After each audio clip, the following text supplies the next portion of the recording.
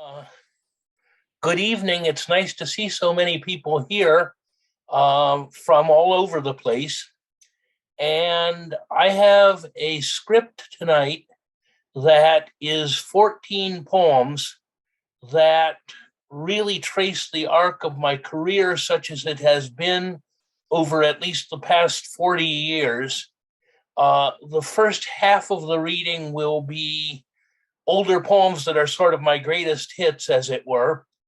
And then toward the end, I'll get into some things that are in the last couple of years, including a couple of them that were written last week. Anyway, with that in mind, the first poem is called Dinner with Lisa. The tablecloth spreads between us like recent snow, light from your drink, risen like the moon. Although you are talking, this is a silent movie. The spaces beyond your words as still as deepest winter. And I wonder how many travelers must have perished here on the long journey into your eyes. Why the French seldom eat corn. When they heard the sirens again, they blew out the kerosene lamp and came up from the cellar.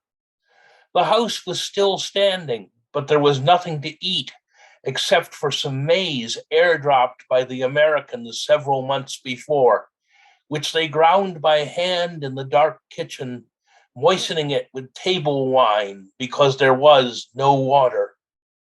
It made a bread like stone, and the woman at the pension told me the story 30 years later as she sliced loaves from the bakery, cutting a cross into each in memory of the dead. The visitors. Tonight, the darkness finds the door again and enters without knocking. Now the dead, blinded and bodiless, hover here like friends, repeating to themselves the words they've said through 20 or 100 lifetimes. Tongues edged with a fire fainter than starlight. They gather lives like half-remembered songs, old melodies they never quite get right, and entering our dreams, they reinvent the past. What river is this? What garden? What copper sunlight falling through the trees? Excuse me a second here.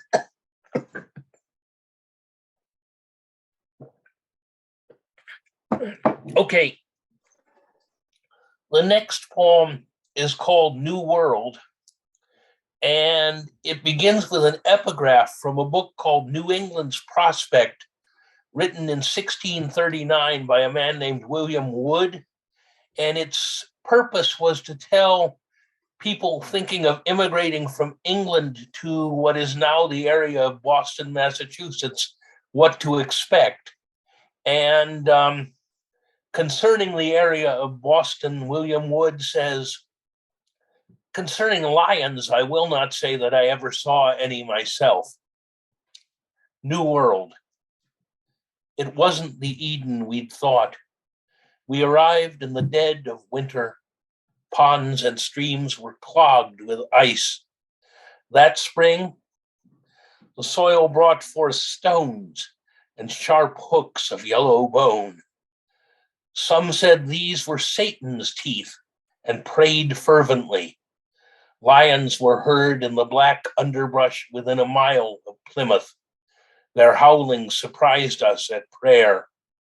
The pale wings of open Bibles beat in our hands.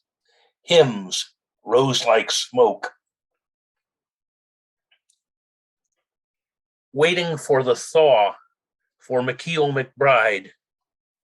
When it comes, we'll find what the snow keeps hidden.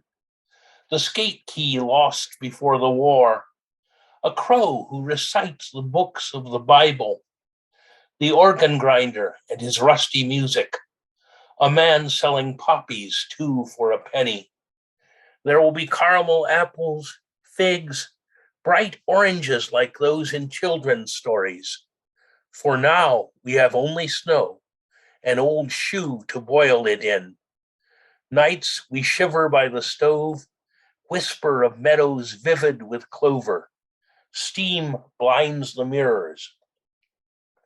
Huddled in empty rooms, we hear the death watch sing. We hope for a change of weather. Drifts reach the windows, inch under the door. Our wives thread hair through their needles, quietly sew quilts spotted with lilacs, cowslip, jonquils.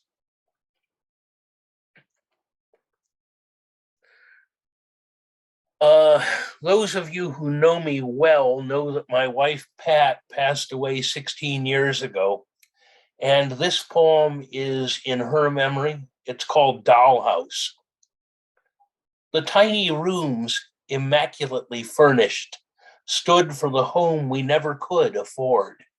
The roll-top desk, the copper cookware burnished and hanging neatly, each embroidered word on the stamp-sized sampler hung above the couch, the bed with its bright quilt. In miniature were gathered here the dreams she could not touch. Her dollhouse dreams brought out the best in her.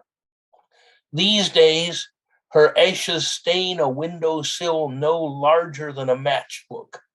She is gone, but in these things she loved there lingers still some essence rescued from oblivion.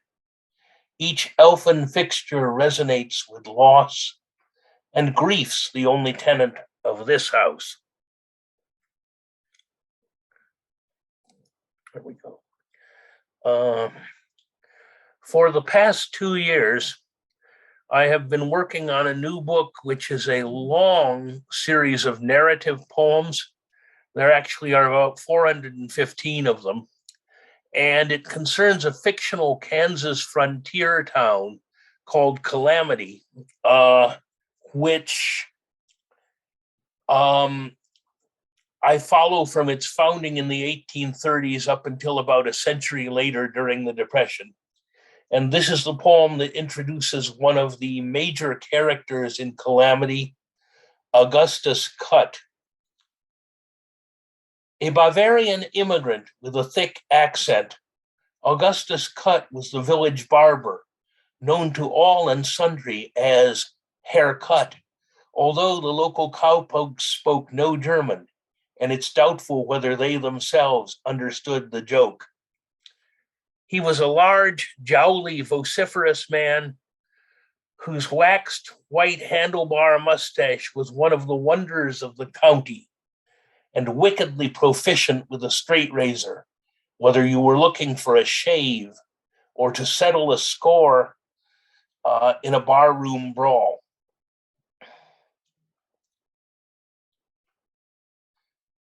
Okay, this is called Some Assembly Required, and it is for Janet Wildung.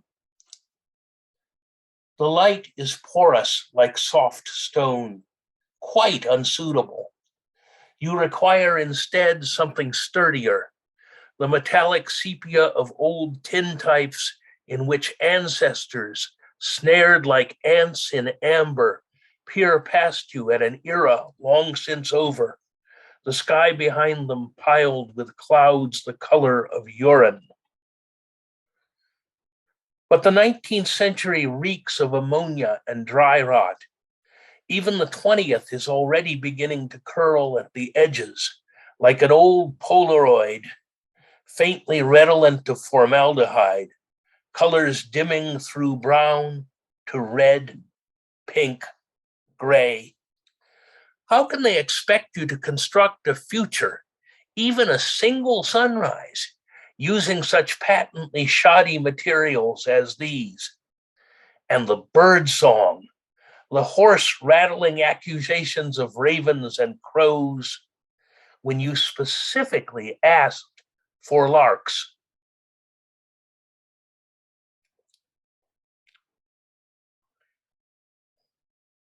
Okay, this one is a short one. It's called After Rereading McKeel McBride, who is a former professor of mine at the University of New Hampshire. Her work is wonderful if you don't know it. Anyway, after rereading McKeel McBride, whether or not the evening ever arrives, it's clearly on its way. One by one, the stars are taking in the clouds they hung out to dry, carefully folding crimson billows, still smelling of sunlight and wind.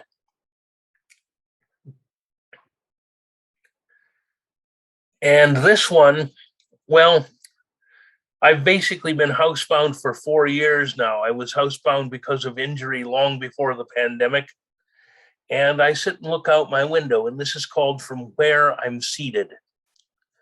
This afternoon, the wind is singing quietly to itself, so softly that the leaves are nodding as though about to fall asleep. After weeks of overcast, the night is golden, the kind of glow that has finally made peace with the shadows playing hide and seek with the crows. Back porches peer curiously across the empty parking lot, at late summer kneeling among the last of the roses. From where I'm seated, I can see an old ginger cat stepping carefully along the top of the plywood fence, the bells on her collar shining like sequins.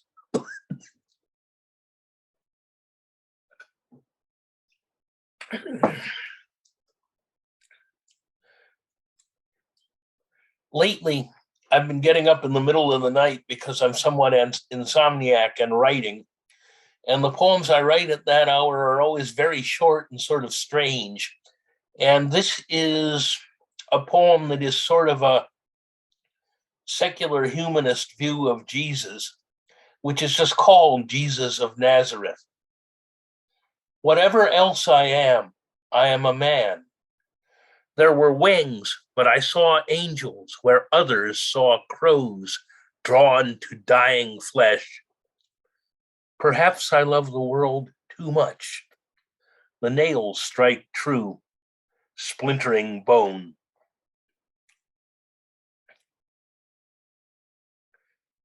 And here's one from just a week or so ago that my friends have liked a lot. It's a little piece of history. This is called Horizontal Collaborators. Roger, who must have been, when I knew him, pushing 60, often invited foreign students into his home in the afternoons for cafe au lait and conversation. As a young man, he'd witnessed the German occupation of Tours and recounted that the Nazis, coldly arrogant and calmly cruel, captivated many local girls. Those who succumbed to the Teutonic charm were derisively known as collaboratrices horizontales, horizontal collaborators. More than 30 years later, in the late 1970s, there were still some, now mired in middle age, who didn't dare meet their neighbors' eyes. Passing others on the street, they looked quickly away, scrutinizing cobblestones still scarred in places by the heaviness of tanks.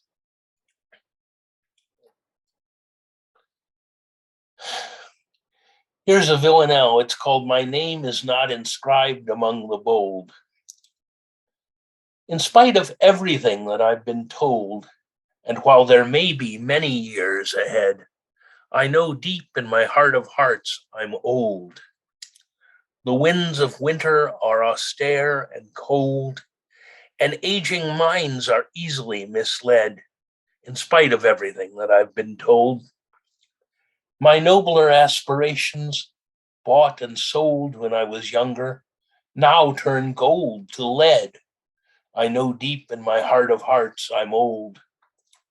My name is not inscribed among the bold.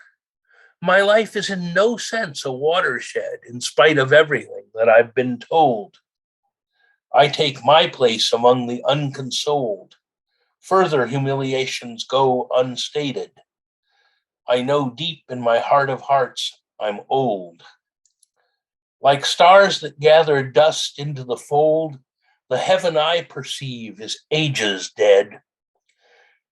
I know, in spite of everything that I've been told, I know deep in my heart of hearts, I'm old. And I don't know how we're doing on time, but this is the poem I planned on concluding with, so I guess I will. Uh, it's also a recent one. It's called Room Enough for Gratitude. There comes a moment when each of us knows the years that lie ahead are fewer now, although we cannot say precisely how. The future lies like rust upon the rose. There's room enough for gratitude, I suppose. Even the most embittered must allow it's quite the miracle that we somehow endure the threat in every gust that blows. How strange to know that love is far behind me, the future I anticipated done. What I've become is all I'll ever be. But if I die unmourned by anyone, I'd still have left some scraps of poetry whose wisdom might be meager but hard won. Okay, that's what I have for you. Thank you all very much. It's okay to unmute. Let him hear it. Hey, boy. Yeah. Hooray! Hey, Bravo, thank Ted. you. Wonderful. Yeah, there were some real Boys and standouts. girls, There were thank some you. real standouts in that particularly the one to your wife, which really resonated with me. That Well, particular. thank you. Did you realize that was a sonnet? Uh, I was just so you drew me into your thoughts and your feelings. That's really what it was. So in a Perfect. That way, should be the main thing. yeah. Thank you all very much. I'll be right back. All right. Thank you so much. He'll be back. Uh, I particularly like the historical pieces that he included, especially the one about the making of the bread. That was absolutely, it's the kind of thing you would only know if you were talking to someone who had lived through that. It's a detail. It's not in a history book or anything like that. Yeah. And the one about the street scene where Max first, you're second. the stones marred by the treads of tanks and stuff like that. So yeah, Wow. I Yeah. like historical Need detail. mine, sir. Those are tasty. Yeah. Yeah. Also, his late night poem on Jesus. That was wow.